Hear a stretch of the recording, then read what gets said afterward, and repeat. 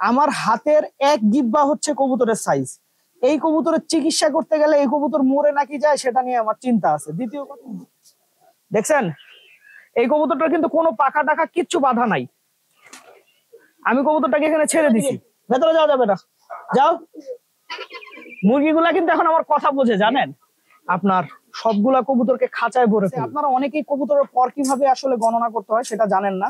আমি একটু আরেকবার রিওয়াইন্ড করে দিই। আমরা নূরকে পাহারাদার বানায় মনে করেন আমরা আমাদের অন্য সাইডের দিকে যাই আস্তে আস্তে। আসসালামু আলাইকুম দর্শকবৃন্দ, কি অবস্থা সবার, কেমন আছেন আপনারা? আপনাদের সবাইকে আমাদের নতুন একটা ভিডিওতে স্বাগতম।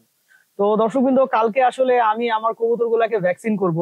তো ভ্যাকসিন করতে গেলে অটোমেটিক আমার এই কবুতরের পাল্লার খাঁচাগুলা লাগবে। কারণ আমি যে কাজটা করি সেটা হচ্ছে কবুতর ভ্যাকসিন করার আগে আপনার সবগুলা কবুতরকে খাঁচায় ভরে ফেলি।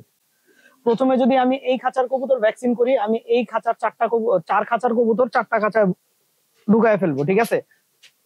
ঢুকানোর পরে একটা একটা করে ভ্যাকসিন দিব আর ভেতরে ঢুকাবো। তো খাঁচাগুলো তো ব্যবহার হয়েছিল অনেকদিন আগে, যে কারণে একটু রোদ দিছি আজকে সারাদিন, কালকে যেন আমি ভ্যাকসিন করতে পারি। এবং একটা জিনিস সবসময় মনে রাখবেন, ভ্যাকসিন করার সময় যদি আমার মতো খাঁচা ব্যবহার করেন, খাঁচাটা যদি অনেকদিন ধরে না ব্যবহার হয়ে থাকে, অবশ্যই ভালো করে রোদ দিয়ে নেবেন। ভ্যাকসিন করার পূর্ব প্রস্তুতি বলতে আসলে তেমন কিছু আসলে আমার জানা নাই, সিনিয়র ভাইদের জানা থাকতে পারে। আমি যে কাজটা করছি সেটা হচ্ছে যে আপনার কবুতর গুলাকে আজকে খুব সকাল সকাল ছেড়ে দিছি, যে কারণে সবগুলো কবুতর খাঁচায় ঢুকে গেছে। তো কালকে আমি আসলে ভ্যাকসিন করব সকালে, এবং কালকে আমি কবুতর ছাড়বো না, কালকের পরের দিনও আমি কবুতর ছাড়বো না। কারণ ভ্যাকসিন জিনিসটা আসলে মোটামুটি একটা পাওয়ারফুল জিনিস। এই জিনিসটা কবুতরের করা হলে ভ্যাকসিন করার আগে কবুতর গুলার দিকে একটু খেয়াল রাখতে হয়, যেন কবুতর গুলা আপনার বেশি ক্লান্ত না হয়। কারণ ভ্যাকসিনটা কিন্তু আলটিমেটলি একটা ভাইরাসই। মনে করেন আমি রানীক্ষেতের ভ্যাকসিন করতেছি, তো ওই ভ্যাকসিনের মধ্যে রানীক্ষেতের ভাইরাসটাই থাকে। ওই ভাইরাসটাই কবুতরের শরীরে যখন আমরা ইনপুট করে দেই, তখন দেখা যায় ওই ভাইরাসটা অন্য ভাইরাস ওর শরীরে আসতে দেয় না, এই আর কি। আর আমার রাজশাহী থেকে নিয়ে আসা এই সাদা কবুতরটা মনে হয় অনেকদিন ধরে আসলে খাঁচায় আটকা ছিল। আমার কাছেই তো আসলে 4 মাস ধরে আটকা। তো আমি আজকে এই কবুতরটা ছাড়ছিলাম, কিন্তু এই কবুতরটা তেমন কোনো ফ্লাইং টাইম আমি আসলে পাই নাই। কিন্তু প্রথম দিন যখন আমি এই কবুতরটাকে ছাড়ি, তখন কিন্তু এই কবুতরটার সাথে সাথে পিনে চলে যায়, এবং পিনে যে আস্তে করে ও চলে যায়, 3 দিন পরে আবার ফেরত আসে। তো আমার কাছে মনে হইতেছে যে সেদিন সে তো যাওয়ার চেষ্টা ঠিকই করছিল, কিন্তু বাসায় আসার পরে আমি ওর কাঙ্ক্ষিত যে ফ্লাইং টাইমটা সেটা একেবারেই পাচ্ছি না। ও ন্যূনতম উড়াটাও উঠতেছে না। এখন এই কবুতরটা ফ্লাইং আনতে কতদিন লাগবে এটা নিয়ে আমি একটু চিন্তিত। কারণ হচ্ছে কবুতর পাল্লা দিলে অবশ্যই কবুতরের ফ্লাইং টাইম থাকা লাগবে। কবুতর যদি লং টাইম না উড়ে, ওই কবুতর কিন্তু কখনোই পাল্লায় ভালো করবে না।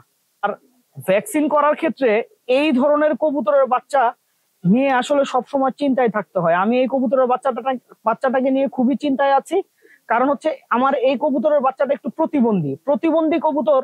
আসলে দেখা যাবে ভ্যাকসিন করলাম, ভ্যাকসিন করার পরে দেখা গেল প্রতিবন্ধী কবুতরটা মারাই গেল। সেটা নিয়ে আসলে আমার চিন্তাটা। কেন বলতেছি প্রতিবন্ধী কবুতর, আপনাদের একটু দেখাই। প্রথম কথা, আপনারা খেয়াল করেন এই কবুতরটার কিন্তু বয়স হয়েছে, ঠিক আছে। এই কবুতরটা এখন কয় পরে আছে। আপনারা অনেকেই কবুতরের পর কিভাবে আসলে গণনা করতে হয় সেটা জানেন না। আমি একটু আরেকবার রিওয়াইন্ড করে দিই।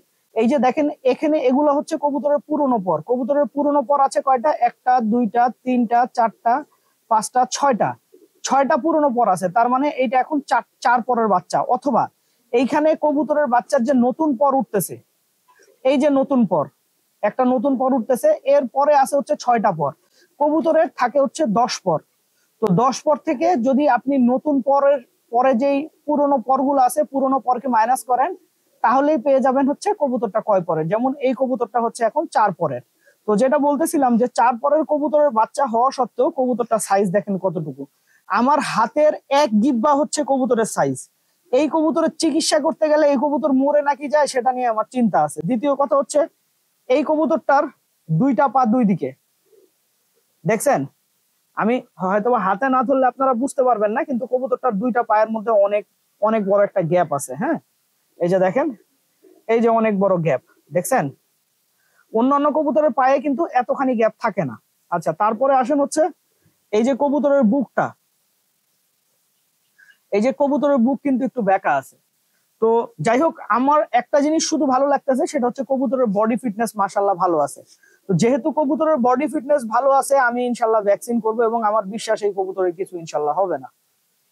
এইদিকে আমাদের কালো জাক মাখরা কবুতরটা ডিম পেরে পেরে একদম দুর্বল হয়ে গেছে। আমি বুঝলাম না প্রথমে আসলে কবুতর এরকম এত বেশি ডিম পারতো না, এখন দেখতেছি আমি কবুতর কোনো কিছুই মানতেছে না। এই কবুতরটা 3বার ডিম পারছে, 3বার ডিম পারার পরে এরকম মনে করেন অবস্থা। আমি জানি না এটা উঠতে পারবে কিনা, উড়ার কথা না, আমি একটু ছাইরা দেখি। দেখছেন এই কবুতরটা কিন্তু কোনো পাখা টাকা কিচ্ছু বাধা নাই। আমি কবুতরটাকে এখানে ছেড়ে দিছি এবং কবুতরটার পায়েও ব্যথা আছে, কবুতরটার পায়ে ব্যথা আছে, প্লাস হচ্ছে মনে করেন শারীরিকভাবে যে দুর্বলতার ব্যাপারটাও আছে। এখন আমার যে কাজটা করতে হবে সেটা হচ্ছে আমার এই কবুতরগুলাকে, যে কবুতরগুলা ডিম পেড়ে দুর্বল হয়ে গেছে, এই কবুতরটাকে যদি এখন আমি সুস্থ করতে যাই, এই কবুতরটাকে কিছুদিন রেগুলার গ্রিড খাওয়াতে হবে আর বাইরে ছাড়তে হবে। আর বাইরে কবুতর ছাড়তে হলে অবশ্যই আমার মুরগি আসলে প্রথমে লক করে নিতে হবে, কারণ মুরগি যদি ছাড়া থাকে ভাই, তাহলে আমার বাইরে কবুতর ছাড়লে ওই কবুতরের আর রক্ষা নাই। যাই হোক, ওকে আমি একটু বাইরেই থাকবো, একটু বাইরে হাঁটাহাঁটি করুক। নূর তুমি খেয়াল রাখো যেন মুরগি ওকে না ধরে, আর তুমি ওর কাছে আসবে না, ঠিক আছে? আমরা নূরকে পাহারাদার বানায় মনে করেন আমরা আমাদের অন্য সাইডের দিকে যাই আস্তে আস্তে। তুমি কিন্তু কবুতরের কাছে আসবে না, মনে থাকবে। আর আমাদের লাল গররা কবুতরটাকে আমরা সামনে থেকে এখানে সরায় নিয়ে আসছি। এর পিছনে আসলে কারণ আছে, কারণ হচ্ছে যে সামনে রাখি নাই, সামনে না রাখার পিছনে যেটা মূল কারণ সেটা হচ্ছে যে সামনে ওকে আমি লাগাবো না ভাবতেছি। আর সত্য কথা বলতে আসলে ওর মুভমেন্টও খুব একটা ভালো না। আমার কাছে মনে হয়েছে যে এইটারে ছাড়লে, যেমন আমাদের রাজশাহীর আরেকটা কবুতর আমরা লাগানোর চেষ্টা করছি, ওই কবুতরটা কিন্তু চলে গেছে। এই যে দেখেন, মুরগিকে ওইদিকে যাইতে যাওয়া যাবে না। এই তুমি ওইদিকে যাও, ওইদিকে ওইদিকে ওইদিকে ওইদিকে ওইদিকে, ভেতরে যাওয়া যাবে না, যাও। মুরগিগুলা কিন্তু এখন আমার কথা বোঝে, জানেন? ওদেরকে যদি আমি বলি এইদিকে যাও, ওইদিকে যাও, ওরা পুরা জিনিসটা মেনটেন করে। আপনাদেরকে কিছুদিন আগে ভিডিওতে দেখিয়েছিলাম যে আমাদের একটা কবুতর আসলে ছুটে গেছিল। তো ওই কবুতরটা পরবর্তীতে যায় আপনার এই ছাদে বসছিল। তো এই ছাদে যখন বসেছিল তখন আপনাদেরকে দেখাইছিলাম। তো আলহামদুলিল্লাহ ওই কবুতরটা কিন্তু পরবর্তীতে নিচে আসে এবং সন্ধ্যাবেলা আসলে আমরা এই কবুতরটাকে ধরে ফেলি এবং ধরে এখন আমার বাসায় রেখে দিছি। তো আমার বিশ্বাস যে এই কবুতরটা আসলে যেই বাসা থেকে নেওয়া ছিল ওই বাসাতে আরো আপনার বছর খানেক আগে এটা পাল্লা খাইছিল, রিসেন্ট পাল্লা খায় নাই, আরো বছর খানেক আগে। তো আমার বিশ্বাস যে এই কবুতরটা আমার বাসায় ভালো পাল্লায় খুব ভালো করবে যদি আমি ঠিক মতো উড়াইতে পারি। আমি একটা কথা সবসময় বলি, আপনি যদি কবুতর ভালোভাবে না উড়ান, আপনার যতই ভালো কবুতর হোক, সেই কবুতর ভাই পাল্লায় বাসায় আসবে না। আমি এমনও আছে, ও যদি সঠিকভাবে না উড়ে সামনের বছর হয়তো ওকে পাল্লা দিতে পারি। হ্যাঁ, ও একা একাই হাঁটাহাঁটি করতেছে আর নূর ওর খেয়াল রাখতেছে যেন মুরগি ওকে না ধরে। আর ওই যে দেখেন চুইঠাল মাদিটার কাজ দেখেন, জাক কবুতরটা সামনে আসার পরে চুইঠাল মাদিটা কিভাবে নরের মতো ডাকা শুরু করছে।